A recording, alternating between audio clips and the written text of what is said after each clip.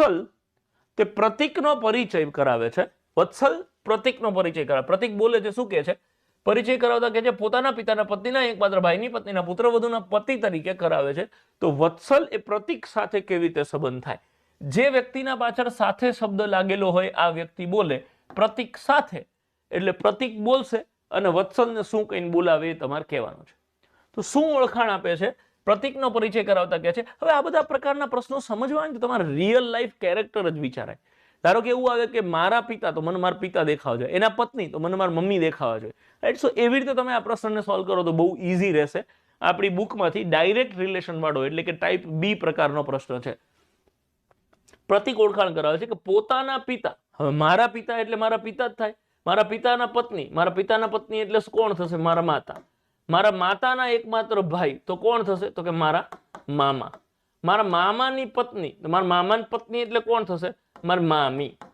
મારા મામીની પુત્રવધુ, મારા મામીની પુત્રવધુ એટલે મારા મામાનો છોકરો જે હશે, મારો ભાઈ હશે, એની વહુ. મારા ભાઈની પત્ની ના પતિ, મારા ભાઈની જે પત્ની હતી એનો પતિ એટલે મારો ભાઈ થાય, મારા મામાનો છોકરો ભાઈ થાય. એવી રીતે ઓળખાણ કરાવે છે. તો જવાબ શું આવશે? પ્રતીક સાથે વત્સલનો શું સંબંધ થાય? તો કે મારા મામાનો છોકરો ભાઈ. મામાનો છોકરો એટલે કે પિતરાઈ ભાઈ. Option A is the right answer.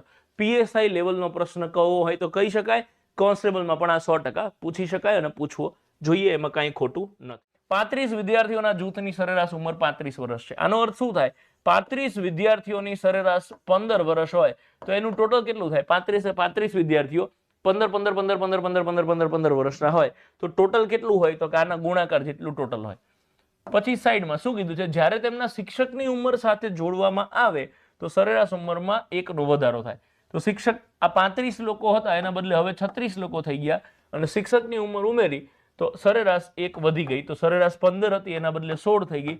આ બેયનો ગુણાકાર કરીને ડિફરન્સ ગોતો એ જવાબ. કેમ? તો કે આ બાજુ જે ટોટલ આવશે 35 જણનું, આ બાજુ જે ટોટલ આવશે એ 36 જણનું આવશે. તો ગુણાકાર કરો તમે 15 તરી 45, 450 અને 75 એટલે 525 આવશે.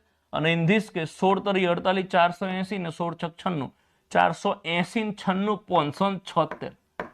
અને હવે બાદ બાકી કરો તો આ 6 માંથી 5 જાય તો 1 અને 57 માંથી 52 જાય તો 5. 51 વર્ષ શિક્ષક શ્રી, સાહેબ શ્રી 51 વર્ષના હશે એવું આપણે કહી શકીએ. 51 years. વત્સલે તે પ્રતીકનો એટલે પેપર સેટર મને એવું લાગે છે કે ભાવનગર આજુબાજુનો હશે, તે શબ્દ વાપરે છે ને એટલે વત્સલ તે પ્રતીકનો પરિચય પોતાના પિતાની પત્નીના એકમાત્ર ભાઈની પત્નીના પુત્રવધુના પતિ તરીકે કરાવે છે. હાલી નીકળો છે. તો વત્સલ તે પ્રતીક સાથે કેવી રીતે સંબંધ ધરાવે છે? હવે આપણી તો એક જ સ્ટાઇલ છે, બબ્બે રિલેશનને મર્જ કરવાના. જો બેઠા બેઠા હું કરાવું છું. પિતાની પત્ની, પિતાની પત્ની એટલે માં, માનો એકમાત્ર ભાઈ, માનો એકમાત્ર ભાઈ એટલે મામા, અને મામાની પત્ની એટલે મામી, અને મામીની પુત્રવધુ એટલે મામીના દીકરાની પત્ની. નો પતિ એટલે મામીનો દીકરો, મામીના દીકરાની પત્ની નો પતિ એટલે મામીનો દીકરો. તો વત્સલ છે અને પ્રતીક છે એ મામા ભાઈના ભાઈ થયા ને? પ્રતીક છે એ વત્સલના મામાનો દીકરો થશે એટલે બે ટૂંકમાં મામા ભાઈના ભાઈ થયા. મામા ભાઈના ભાઈને આપણે કઝિન બ્રધર કહીએ છીએ. કઝિન બ્રધર એટલે પિતરાઈ ભાઈ. તો અહીંયા જવાબ આવશે ઓપ્શન એ, પિતરાઈ ભાઈ. બરાબર છે? તો જવાબ આવશે પિતરાઈ ભાઈ. ડન છે? ચલો લઈશું એના પછીનો ક્વેશ્ચન.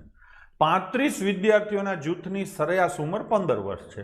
શિક્ષક એની સાથે જોડાય તો સરેરાશ ઉંમર 1 વર્ષ વધી જાય છે. શિક્ષકની ઉંમર શોધો. હાવ ટૂંકું ટચ કહું તો સાહેબ આવ્યો એટલે બધાને 1-1 વર્ષ હમાયું.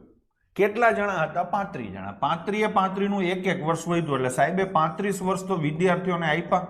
અને પોતે કેટલું રાખ્યું હોય? તો કે પોતે 15 ના રાખે, 15 તો હતું. હવે આ બધાને 1-1 મળ્યું એટલે પોતે 16 રાખે તો જ થાય ને.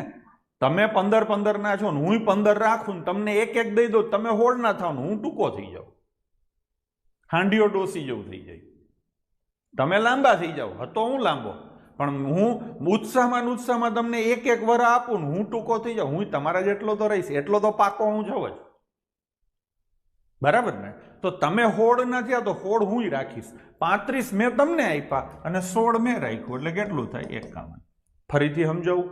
તમે 35 વિદ્યાર્થીઓ છો, હું ટીચર છું, તમે ક્લાસમાં બેઠા છો, હું આવું છું, તમે બધાય 15 ના છો, તમને બધાયને એક એક આપ્યું, 35 જણને મેં એક એક આપ્યું, એટલે મારું 35 તો હતું ય ગયું. તમે કેટલાના થયા? 16 ના. તો હું તમારા જેટલો જ થઈશ ને છેલ્લે, તો હું 16 નો થઈશ, તો મારું કેટલું હોય? 51. આ સામાન્ય બુદ્ધિથી ગણ્યું. ખરાખરીથી ગણવું હોય, સરાસરીની ખરાખરીથી, તોય થાય. 35 વિદ્યાર્થી છે, એની સરેરાશ કેટલી છે? 15 વર્ષ. હવે કેટલા જણા થયા? 36. ટીચર આવ્યા ને, તો સરેરાશ કેટલી થઈ? 15 + 1. તો 1 નું શોધો. આમે થાય, પણ હું તો કહેવાની જરૂર નથી. ચાલુ અહીંથી થાય 15 + 1 × 36 અને ભાગ્યા 1. તો જવાબ શું આવે? 51. સામાન્ય બુદ્ધિથી થાય ત્યાં સુધી હું એમ કહું છું કે રાક્ષસી બુદ્ધિ વાપરવી નહીં. આને કહેવાય રાક્ષસી બુદ્ધિ. બરાબર છે? ચલો જઈશું આગળ. બાકી તો સીધું દેખાય છે કે 35 અને +16 બરાબર કેટલા થાય? 51. આને કહેવાય દાન અને આને કહેવાય વધ્યું. શું કહેવાય? પી એ ક્યુ નો ભાઈ છે. જો ધ્યાન આપજો, પી ભાઈ છે એટલે પી ઉપર વત્તા કરીશું. ક્યુ નો ભાઈ છે. હવે ક્યુ ની જેન્ડર તમને કે મને ખબર નથી બહેન. આ વત્તા પણ હોઈ શકે, ઓછા પણ હોઈ શકે, તમને એક મને ખબર નથી. આગળ વાંચો.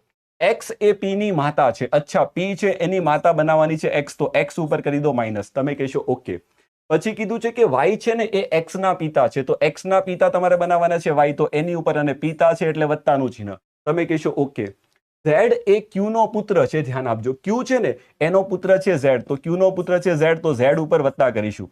તમે કહેશો ઓકે. તો પ્રશ્નમાં કીધું છે કે ઝેડ નો પી સાથે, જો ધ્યાન આપજો, પી સાથે કીધું છે, તો પી ઉપર પહોંચી જવાનું અને નજર નાખવાની છે ઝેડ ઉપર.